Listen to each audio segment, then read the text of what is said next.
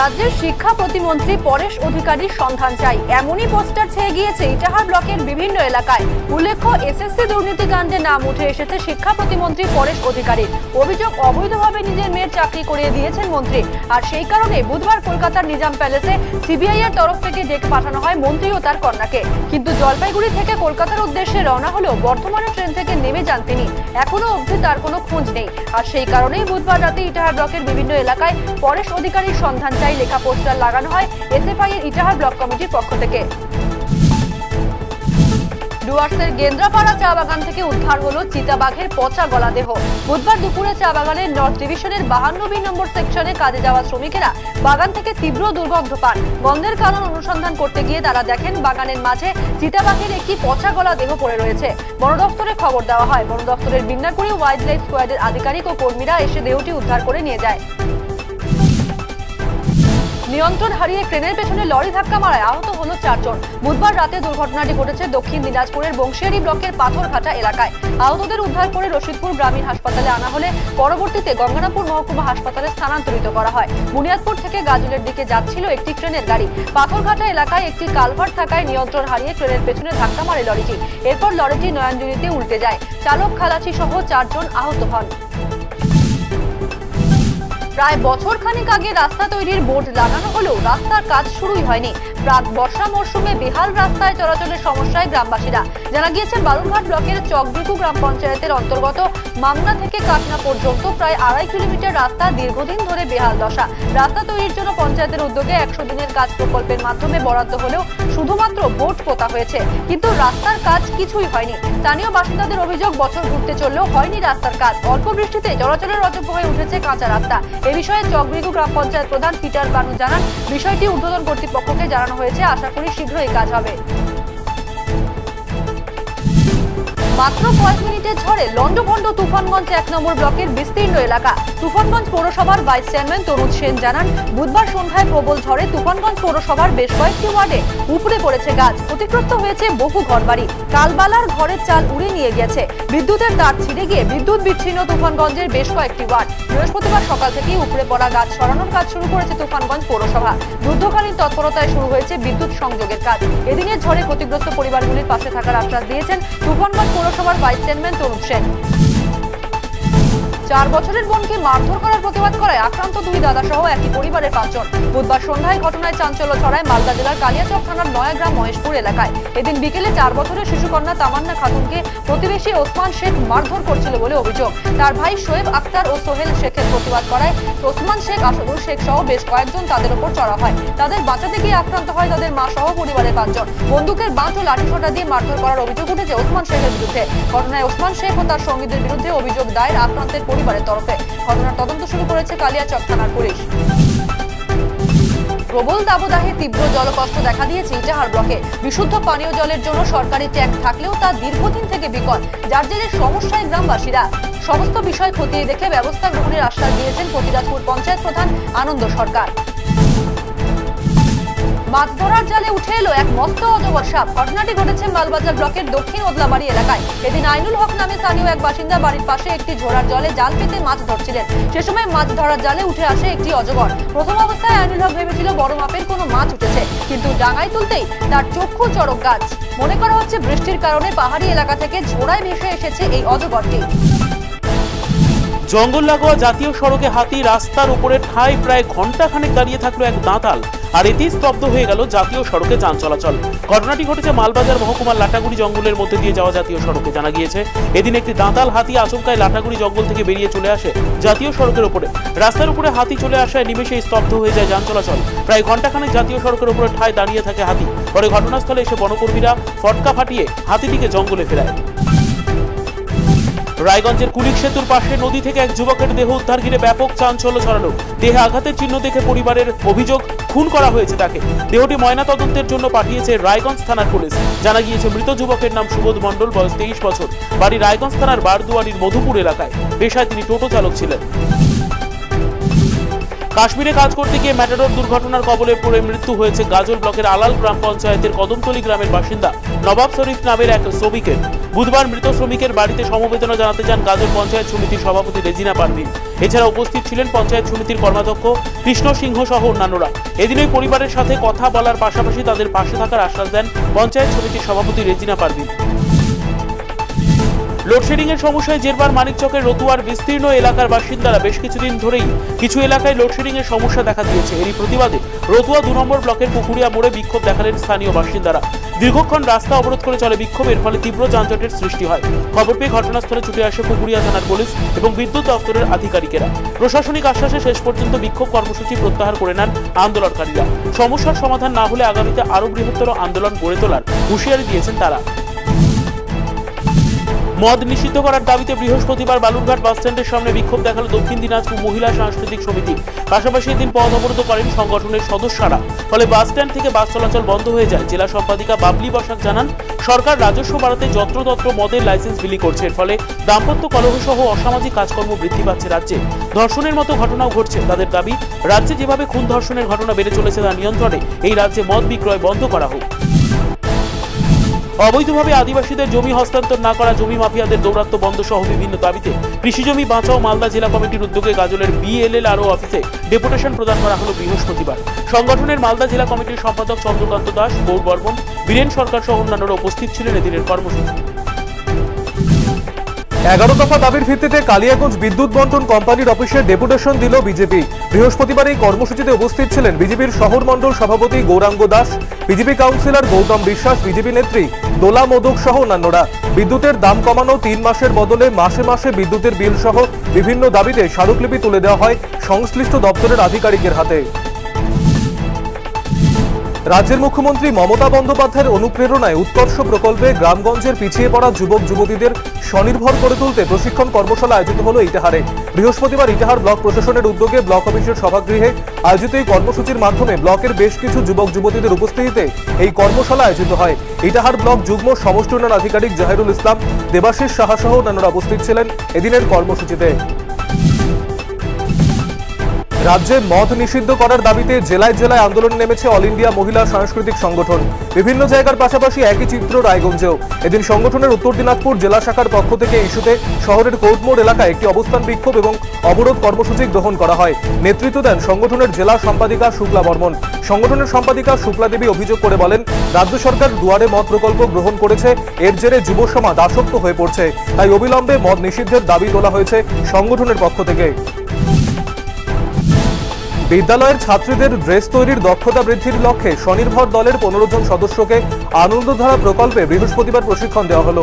বালুরঘাটের জেলা আনন্দধারা প্রকল্পের নিজস্ব প্রশিক্ষণ শিবিরে এই প্রশিক্ষণ চলে। আনন্দধারা প্রকল্পের এই উদ্যোগকে সাধুবাদ জানিয়েছে প্রশিক্ষণ নিতে আসা স্বনির্ভর দলের মহিলারা। তৃণমূল কংগ্রেস সরকারের 11 বছর পূর্তি উপলক্ষে রাজ্য জুড়ে চলছে নানান কর্মসূচি। ইটাহার ব্লক অফিস প্রাঙ্গণে ব্যানারের মাধ্যমে রাজ্য সরকারের উন্নয়নের খতিয়ান তুলে ধরা হচ্ছে। পাশাপাশি সাধারণ মানুষের জন্য রাজ্য সরকারের কি কি উন্নয়নমূলক প্রকল্প রয়েছে সেগুলিও তুলে ধরা হয়। বৃহস্পতিবার কৃষকদের নিয়ে সচেতনতা শিবির অনুষ্ঠিত হলো কালিয়াগঞ্জে। উপস্থিত ছিলেন জেলা পরিষদের সদস্য দধিমোহন দেবশর্মা, ব্লক কৃষি দপ্তরের সহ অধিকর্তা গোপাল চন্দ্র ঘোষ, অপর সহ অধিকর্তা তনুশ্রী বোস সহ অন্যান্যরা। কৃষকদের স্বার্থে যে সমস্ত প্রকল্প চালু রয়েছে তা বিস্তারিত আলোচনা করা হয়। কৃষক বন্ধু, বাংলা শস্য বীমা যোজনা, কিষাণ ক্রেডিট কার্ড এবং কৃষি উন্নয়ন নিয়ে আলোচনা করা হয় এদিন। গাজল ব্যবসায়ী সমিতির সভাপতি বিধানচন্দ্র রায়ের পিতার মৃত্যুবার্ষিকী উপলক্ষে নদিয়ার নবদ্বীপের বিষ্ণুপ্রিয়া দেবীর সেবায়িত শ্রী চৈতন্যদেব গৌরাঙ্গ মহাপ্রভুর পাদুকা এসে পৌঁছল গাজলে। বৃহস্পতিবার র্যালি করে গাজলের নয়াপাড়ার বিধানচন্দ্র রায়ের বাসভবনে পাদুকা নিয়ে যাওয়া হয় এবং সেখানে 7 দিনব্যাপী নাম সংকীর্তনের আয়োজন করা হয়েছে। মহাপ্রভুর পাদুকা দেখতে এদিন স্থানীয় বাসিন্দাদের ভিড় ছিল চোখে পড়ার মতো। দিনভর দাবদাহের পর অবশেষে নেমে এলো স্বস্তির বৃষ্টি। বৃহস্পতিবার সকাল থেকেই রায়গঞ্জ সহ জেলার তাপমাত্রার পারদ ছিল ঊর্ধ্বমুখী। গরমে নাজেহাল সাধারণ মানুষ। তবে সন্ধে নামতেই রায়গঞ্জে আকাশ ঢেকে যায় কালো মেঘে। শুরু হয় মুষলধারে বৃষ্টি, যার ফলে গরম থেকে কিছুটা স্বস্তিতে সাধারণ মানুষ। মৃতদেহ সৎকার নিয়ে চাঁচলের কনুয়ায় সৃষ্ট অশান্তির সমাধানে জেলা প্রশাসনের উদ্যোগে একটি বৈঠকের আয়োজন করা হলো বৃহস্পতিবার। এদিন চাঁচল টিচার্স ট্রেনিং কলেজের সভাগৃহে আয়োজিত এই বৈঠকে উপস্থিত ছিলেন বিধায়ক নিহার রঞ্জন ঘোষ, জেলা শাসক রাজস্বী মিত্র, মহকুমা শাসক কল্লোল রায়, বিডিও সমীরণ ভট্টাচার্য সহ অন্যান্যরা। উল্লেখ্য, কনুয়ায় হিন্দু সম্প্রদায়ের সমাধিস্থলের পাশে গোরস্থান রয়েছে মুসলিম সম্প্রদায়ের। এ নিয়ে টানাপোড়েন শুরু হয় দুই সম্প্রদায়ের মানুষের মধ্যে। এই চাপানোতর কমতেই উদ্যোগী হয় বিধায়ক নিহার রঞ্জন ঘোষ। গন্ডগোল বন্ধে উভয় সম্প্রদায়ের জন্য জায়গা চিহ্নিত করে দেওয়া হয় প্রশাসনের তরফে। বসত ভিটে দখল, ফলে ঘুম উড়েছে জমির মালিকের। অভিযোগ, বেআইনিভাবে ওই জমির দলিল বের করে তা দখল করা হয়েছে। এমনই ঘটনাকে কেন্দ্র করে বৃহস্পতিবার উত্তেজনা ছড়ালো দক্ষিণ দিনাজপুরের গঙ্গারামপুরে। পথ অবরোধ করেন ক্ষুব্ধ জমির মালিক এবং প্রতিবেশীরা। পরবর্তীতে পুলিশি আশ্বাসে পরিস্থিতি নিয়ন্ত্রণে আসে। বুদ্ধ পূর্ণিমা উপলক্ষে নাম সংকীর্তন এবং বাউল অনুষ্ঠানের আয়োজন করা হলো হরিনামপুর ব্লকের অন্তর্গত দানগ্রাম সার্বজনীন মন্দিরে। বুদ্ধ পূর্ণিমার দিন থেকেই ধর্মীয় অনুষ্ঠান শুরু হয়েছিল, পাশাপাশি ভক্তবৃন্দদের মধ্যে প্রসাদ বিতরণ করা হয়।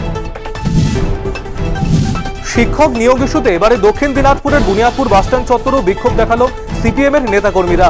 বৃহস্পতিবার প্রায় 30 মিনিট পথ অবরোধ করেন তারা। ঘটনায় ব্যাপক যানজট তৈরি হয়। প্রাক্তন শিক্ষামন্ত্রী পার্থ চট্টোপাধ্যায় এবং শিক্ষা প্রতিমন্ত্রী পরেশ অধিকারীকে গ্রেপ্তারের দাবিতে সরব হন সংগঠন নেতৃত্ব।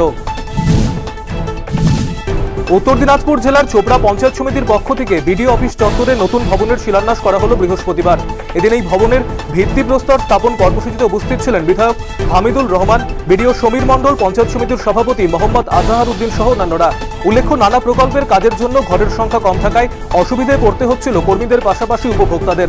সেদিকে লক্ষ্য রেখে এই ভবন নির্মাণের উদ্যোগ নেওয়া হয়েছে। এই ভবন নির্মাণের জন্য প্রায় 40 লক্ষ টাকা বরাদ্দ করা হয়েছে ব্লক প্রশাসনের তরফে। শিক্ষক নিয়োগ নিয়ে দুর্নীতির প্রতিবাদে বৃহস্পতিবার বিকেলে রায়গঞ্জ এবং কালিয়াগঞ্জে বিক্ষোভ দেখালো ডিওয়াইএফআই। এদিন রায়গঞ্জের ঘড়িমোড়ে প্রাক্তন শিক্ষামন্ত্রী পার্থ চট্টোপাধ্যায়ের কুশপুতুল দাহ করে বিক্ষোভ দেখান সংগঠন নেতৃত্ব। প্রাণেশ সরকার সহ অন্যান্য নেতৃত্বরা উপস্থিত ছিলেন এদিনের কর্মসূচিতে। একই দিনে কালিয়াগঞ্জের উত্তর লোকাল কমিটির উদ্যোগে রেল স্টেশন চত্বরে বিক্ষোভ দেখানো হয়। এদিনের কর্মসূচিতে উপস্থিত ছিলেন ডিওয়াইএফআই নেতা অয়ন দত্ত, সুজয় সাহা সহ অন্যান্যরা। কেরালায় খুনের মামলায় বিচারাধীন এক বাংলাদেশি বন্দীকে অবৈধ অনুপ্রবেশের দায়ে 5 বছরের কারাদণ্ড দিল বালুরঘাট জেলা আদালত। 2017 সালের 1 নভেম্বর আল মাহমুদ নামে বাংলাদেশের এক নাগরিক হিলি সীমান্ত দিয়ে বাংলাদেশে যাওয়ার চেষ্টা করছিল। সে সময় হিলি থানার পুলিশের হাতে গ্রেপ্তার হয় সে। এরপর পুলিশ তদন্তে নেমে জানতে পারে কেরালাতে একটি খুনের ঘটনায় জড়িত ওই বাংলাদেশি খুন করে নিজের দেশে পালানোর চেষ্টা করছিল। অনুপ্রবেশের দায়ে 5 বছরের জেল এবং 5,000 টাকা জরিমানা করা হয়েছে ধৃতকে।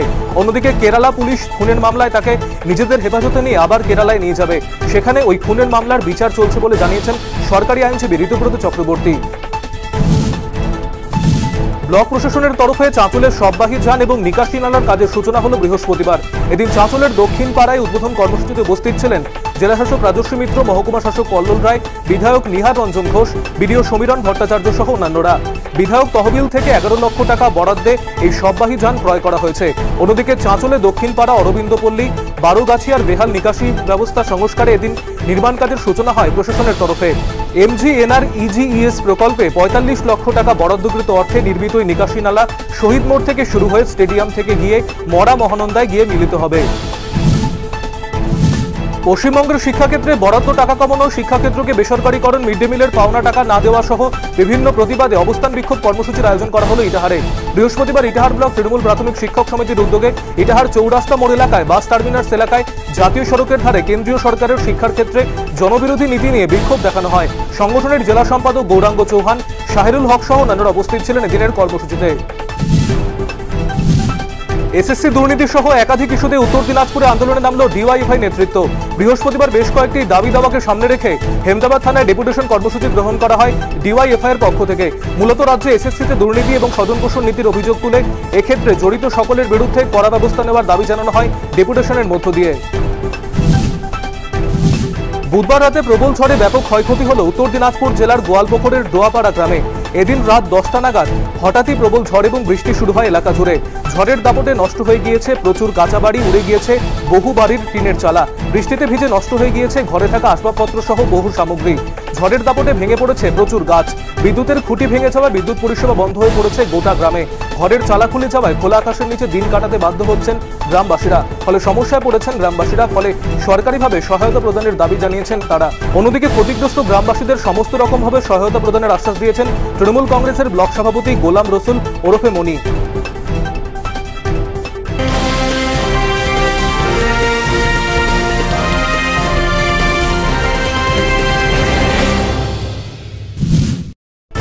বাস থেকে নামার সময় পেছন দিক থেকে আসা ট্রাকের চাকার তলায় পিষ্ট হয়ে মৃত্যু হলো এক মহিলার। বৃহস্পতিবার দুর্ঘটনাটি ঘটেছে চাকুলিয়ার হাটোয়ার এলাকায়। জানা গিয়েছে মৃত ওই মহিলার নাম মুন্নি দেবী। তার বাড়ি কানকির বসতপুর এলাকায়। খবর পেয়ে চাকুলিয়া থানার পুলিশ এসে মৃতদেহটি উদ্ধার করে ময়না তদন্তের জন্য ইসলামপুরে পাঠিয়েছে। বিভিন্ন দাবিতে আগামী শুক্রবার ইসলামপুরের বিদ্যালয় পরিদর্শকের করণে অবস্থান বিক্ষোভে সামিল হতে চলেছে নিখিলবঙ্গ শিক্ষক সমিতির ইসলামপুর জোনাল কমিটি। এই কর্মসূচি সফল করতে বৃহস্পতিবার বিক্ষোভ সমাবেশ আয়োজিত হল সংগঠনের তরফে। পিএফ এর নিয়ম সরলীকরণ, গ্রীষ্মের ছুটি হ্রাস, নিয়মিত নিয়োগ প্রক্রিয়া সম্পন্ন করা সহ বিভিন্ন দাবিতে এদিন আন্দোলনে সামিল হয়েছে সংগঠনের সদস্যরা। বৃহস্পতিবার 19 মে এই বিশেষ দিনে 1961 সালের এদেশের ভাষা আন্দোলনের শহীদদের স্মরণ করে একটি অনুষ্ঠানের আয়োজন করল বৈকালিক নামের রায়গঞ্জের একটি সংস্থা। রায়গঞ্জের স্টেশন সংলগ্ন স্থানে এদিন সন্ধ্যায় 19 মে উদযাপন কর্মসূচিতে শহীদ বেদিতে শ্রদ্ধা জানিয়ে অনুষ্ঠানের সূচনা হয়। চলে কবিতা পাঠ, নৃত্য, সঙ্গীত এবং আলোচনা চক্র। উপস্থিত ছিলেন অধ্যাপক সুকুমার বারুই, দীপক রায়, কবি দেবেশকান্তি চক্রবর্তী, অনুষ্ঠানের আহ্বায়ক দেবাশিস মজুমদার সহ অন্যান্যরা। উদ্যোক্তারা জানিয়েছেন বর্তমানে বাংলা ভাষা সংস্কৃতি বিপন্ন হতে বসেছে। এক্ষেত্রে সমস্ত বাঙালিকে ভাষা রক্ষার বিষয়ে এগিয়ে আসার বার্তা দেন তারা।